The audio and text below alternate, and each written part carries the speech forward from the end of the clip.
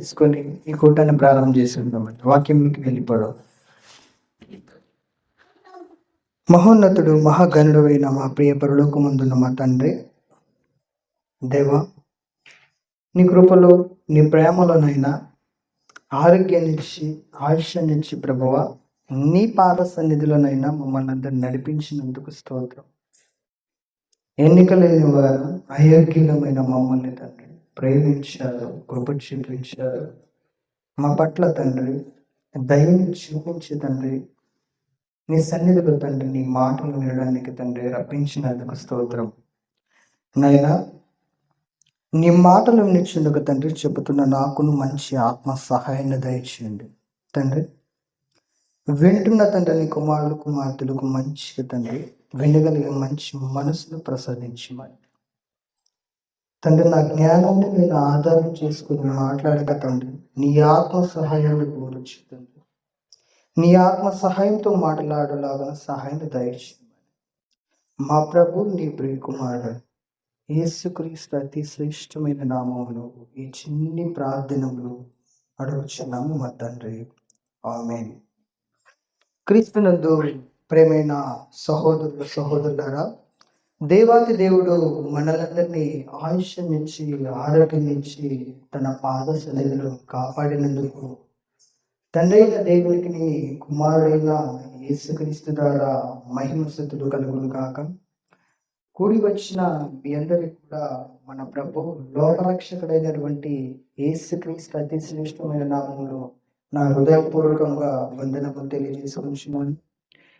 ప్రేమైన దేవుని వారులారా, ఈ లోకపు ఆశల్లో ఎందరో మునిగి దేవుని ఆలయాన్ని దూరం చేసుకున్నారు. ప్రేమైన వారులారా, ఈ లోకము మాయలో మునిగి దేవుని ఆలయానికి రాక, ఆయన మాటను వినక, దేవుడంటే ఏంటో తెలుసుకోక తమ శరీరాలని పాడజేస్తున్నారు. ప్రేమైన వారు, మనకైతే కొద్ది జీవితంలో, అల్పమైన జీవితంలో దేవుడు మనల్ని ఏం చేశాడు?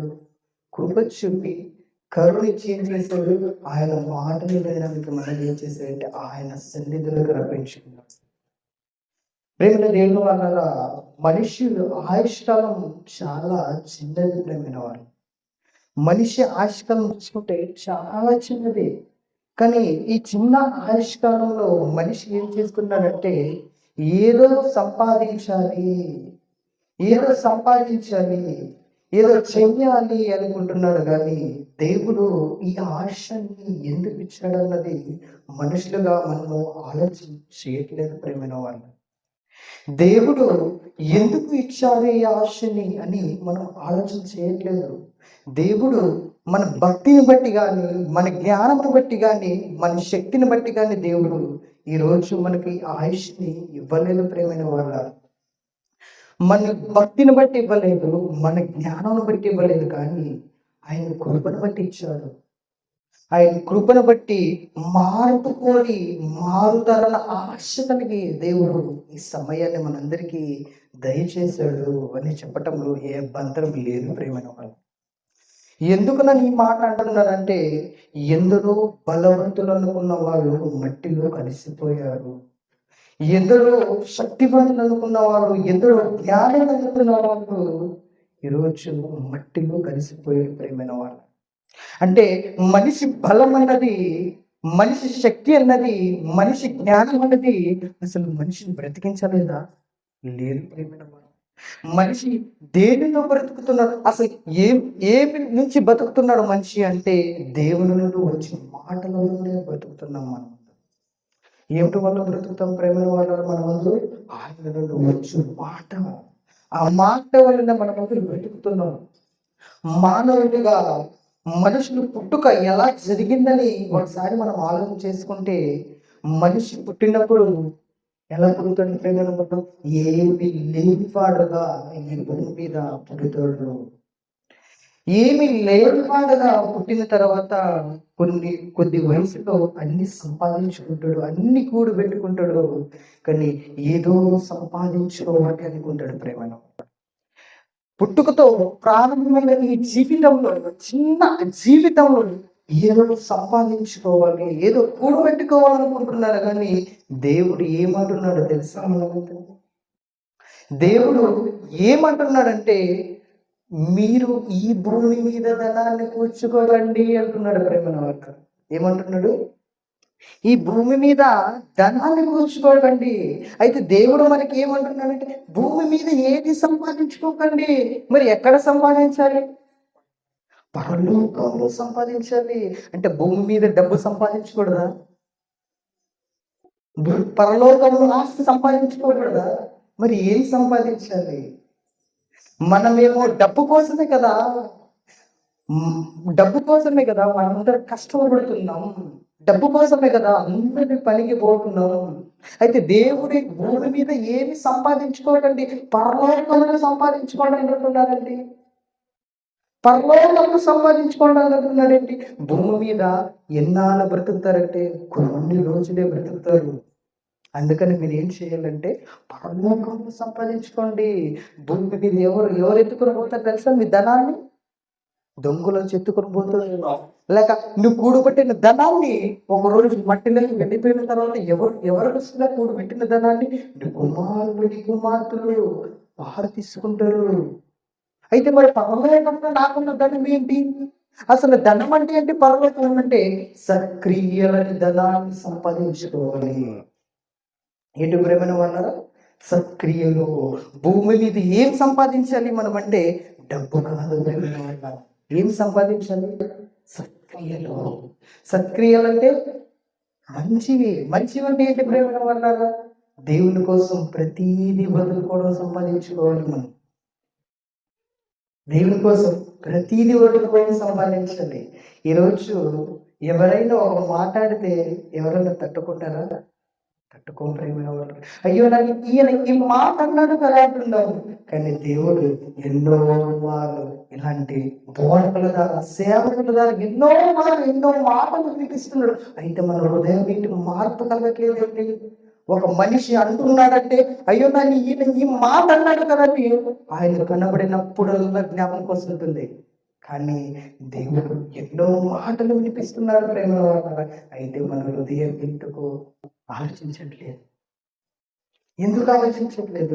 ఈ అల్పమైన జీవితంలో ఎందుకు ఆలోచించట్లేదంటే మనం ఏమైపోయామంటే మర్చిపోయాము.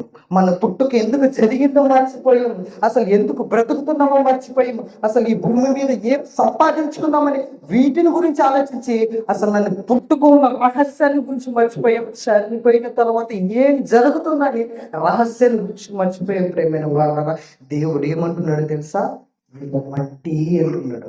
ఏమంటున్నాడు ప్రేమన వాళ్ళరా? మట్టి. మనమంతా మట్టి ప్రేమన వాళ్ళ. చనిపోయిన తర్వాత ఎక్కడ పాతి పెడతాడు? మట్టిలో. ఎక్కడ ప్రేమన వాళ్ళ? మట్టిలో. ఎవరైనా బంగారంలో పాతి పెడతారా? లేదు. ఎవరైనా వెండిలో పాతి పెడతారా? లేదు. మట్టిలో పాతి పెడతారు. మట్టిలోకి పోయేదానిక ఎన్నో సంపాదించుకుంటున్నాం. అవును ప్రేమ. మట్టిలోకి పోయేదానికే మనిషి ఎన్నో సంపాదించుకోవాలంటున్నాడు. అయితే దేవుడు ఏమంటున్నాడు తెలుసా? నేనున్న పరలోకాన్ని మీకు ఇస్తానన్నప్పుడు ఆయన పరలోకాన్ని చూడాలని ఎవరైనా కష్టపడుతున్నామా? ఎవరు లేదు ప్రేమను. దేవుడు కోరుకుంటున్నది కూడా అదే. ఏం కోరుకుంటున్నాడంటే మీరు సంపాదించాలి. ఏం సంపాదించాలి? పరలోకంలో ఆ స్థలాన్ని సంపాదించాలి. మీకు అందరికీ తెలుసు ప్రేమను వాళ్ళరా, లాజరు ధనవంతుడు. చూద్దామండి ఒకసారి ప్రేమలో. లూకాసు వార్త 16వ అధ్యాయం. లూకాసు వార్త 16వ అధ్యాయం 20 వచనం నుంచి చదువుకున్నాం. సహోదరులు సహకరించండి చదివి.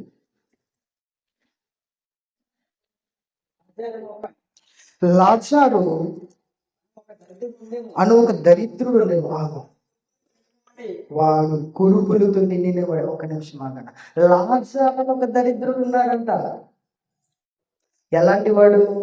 దరిద్రుడు. ఆయనకు పేరు లేదు, ఘనత లేదు.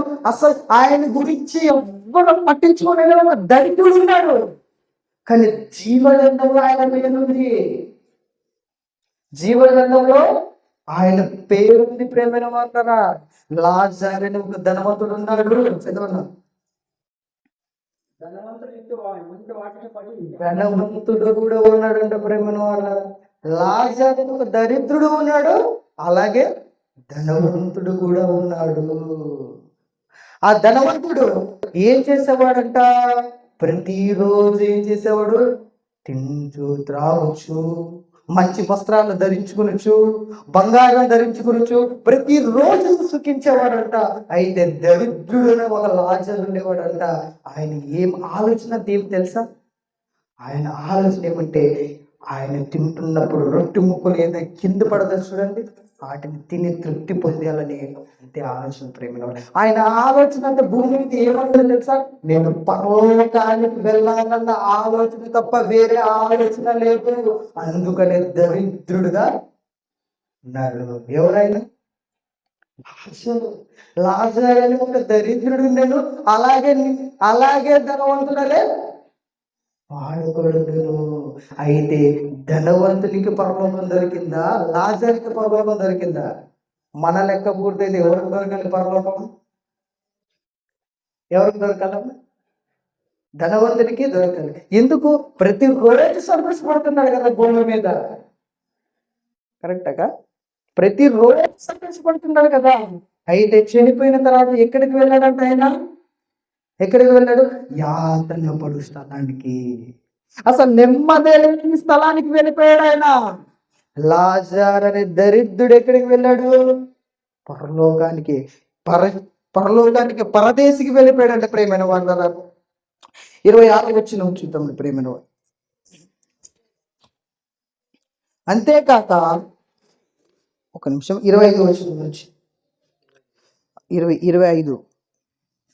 అందుకు అబ్రహాము, కుమారుడా, నీవు నీ జీవిత కాలం అంటే నీకు ఇష్టమైన సుఖమును అనుభవించితివి.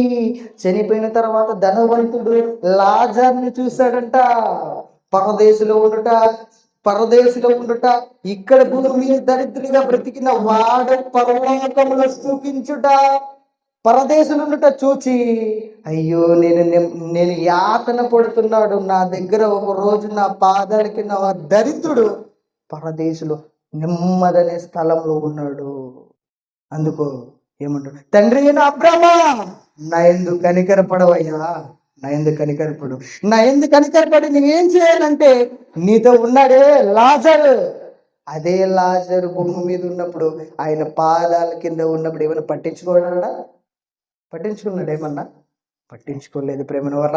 చనిపోయిన తర్వాత ఎవరిని రమ్మంటున్నాడు?